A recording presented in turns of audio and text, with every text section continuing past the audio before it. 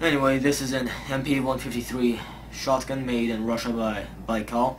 In America, this is marketed by Remington as the SPR-453 Spartan. As far as I know, they're the exact same thing. Remington just gets these out of Russia and then markets them under a different brand name. They go down the same way though. So, as always, to get started, you need to make sure that it's empty. Check out your magazine first. My magazine's completely empty. There's no spring, no tube, no follower, nothing, just an empty tube. Because it's a busted magazine.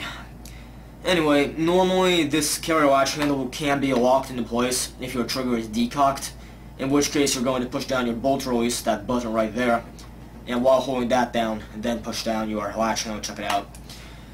Anyway, once you check your magazine, you can lock your bolt back.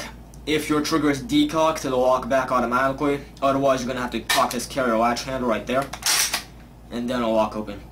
If your mag's full though, obviously it'll keep on loading, in which case just cycle it back and forth. So to start assembling this, start out with your action open, because when this is closed, it's going to be putting major force, well not major, but some force on the barrel, which can push it right out.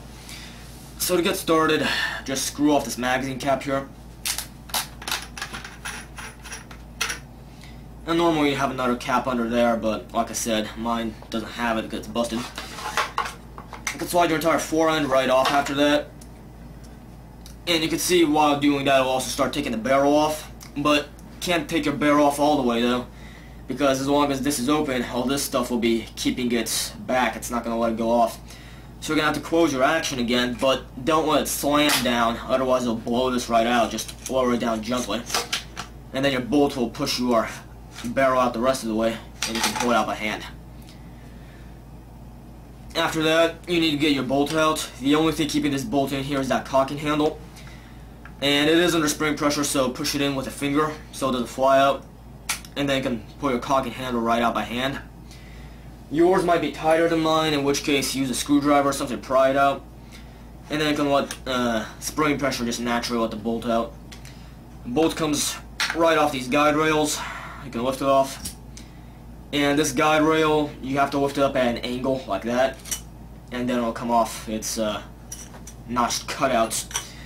Everything else pulls off, your gas assembly here, spring, and finally you have a metal ring there, which doesn't really do anything, it just acts as a buffer between the recoil assembly and your receiver. So that's it. This is mostly a stripped shotgun. You can clean everything out pretty good, but if you want to, you can also take out your trigger assembly. To do that, you need to punch out these two pins. I don't have a drift punch, so I'm just going to be sticking with a screwdriver. Make sure that you actually do this on a soft surface or lift your shotgun up a bit, because if you do this on a flat, hard surface, these pins are just not going to come out. You're going to dig into the surface under it. So I've just got soft cushion here, so I can go ahead. Just put some real force on the pins until they pop out.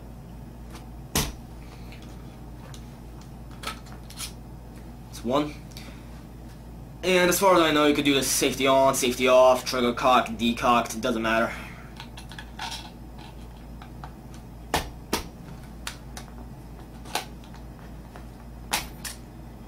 And that's two. So once you get those pins out, your trigger assembly will just lift right out. This part's going to lift out first, then you can push it out forward. And there you go, that's your trigger, and that's it. Absolutely empty shotgun. You can clean everything out nice and easy.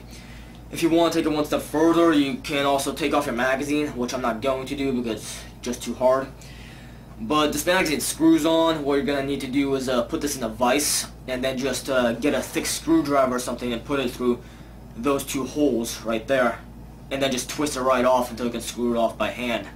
Just make sure that you put this in a vise, because if you don't, you're going to end up screwing off your stock instead. I don't know if the stock actually screws off or not, but it does screw around the receiver. So that's it.